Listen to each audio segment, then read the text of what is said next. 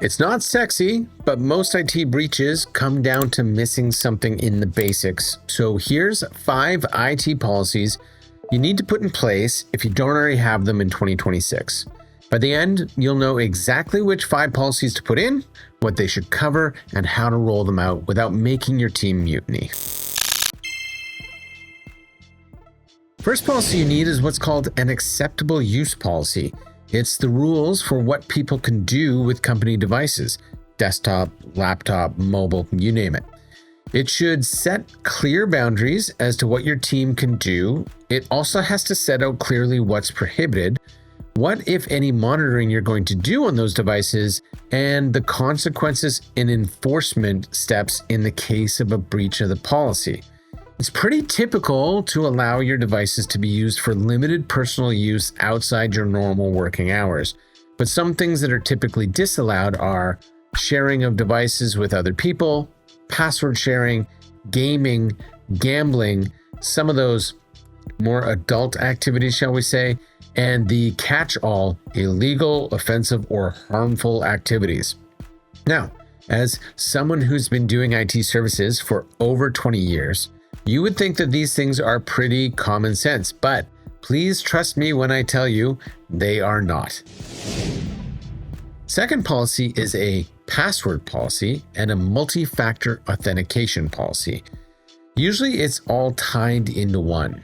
Password policy will lay out the minimum complexity for passwords, and the MFA policy will lay out the requirements for multi-factor authentication on all online services. If you don't have this policy yet, you need to get it installed and done today. Your IT team needs to make sure that you're using multi-factor authentication across all your business logins. In 2016, John Podesta was the campaign chairman of the Hillary Clinton campaign, and his email was hacked because he didn't have MFA. WikiLeaks released a whole bunch of damaging information directly from his email box at the most opportune time for the Trump team. And I use this as an example of what might have been had somebody in an important role had multi-factor authentication turned on. But here's another example of why it's important. We've seen accounts payable and accounts receivable email boxes get hacked, and the hacker will sit in the mailbox for months, just reading the back and forth correspondence between your team and your clients. Eventually, they'll send out an email to all your clients telling them to change where they send their direct deposit payments to a new bank. The victim of the hack doesn't even know that it's happened and won't even start asking questions for however long their payment terms are. Most times, people have a 30-day or 60-day payment terms where they don't really start to nag their good clients about it until after 45 or 60 days beyond that, at which point the hacker is long gone with the money.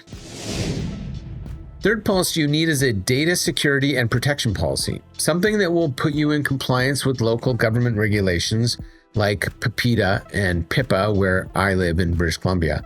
Your local regulations may vary, of course. This policy is for protecting PII, which is personally identifiable information, or PHI, personal health information. This tells your team how to classify, document, and encrypt where necessary information that's sensitive. If you're working with credit card numbers, that's a whole different process around storing those.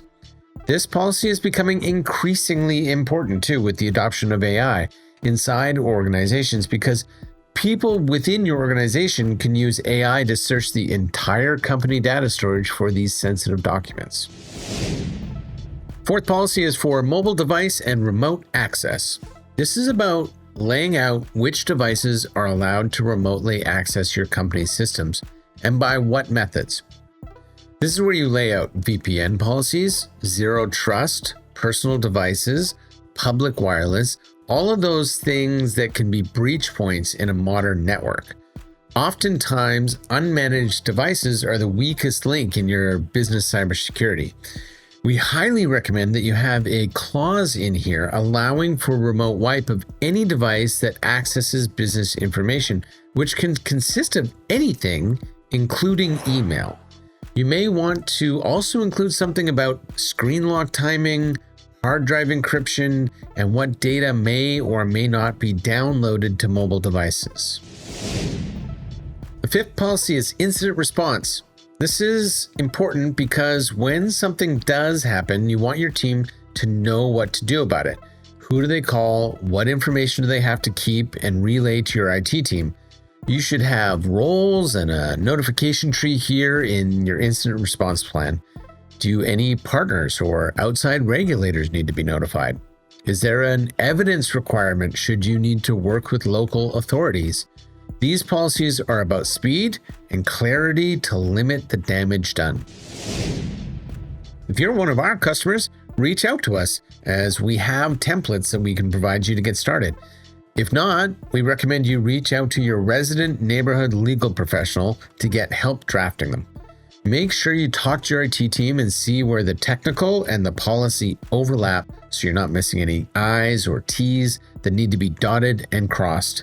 And then educate your team as to why you're putting these things in place and how they're going to help your organization grow. In this ever-changing IT landscape, be adaptive. See you next time.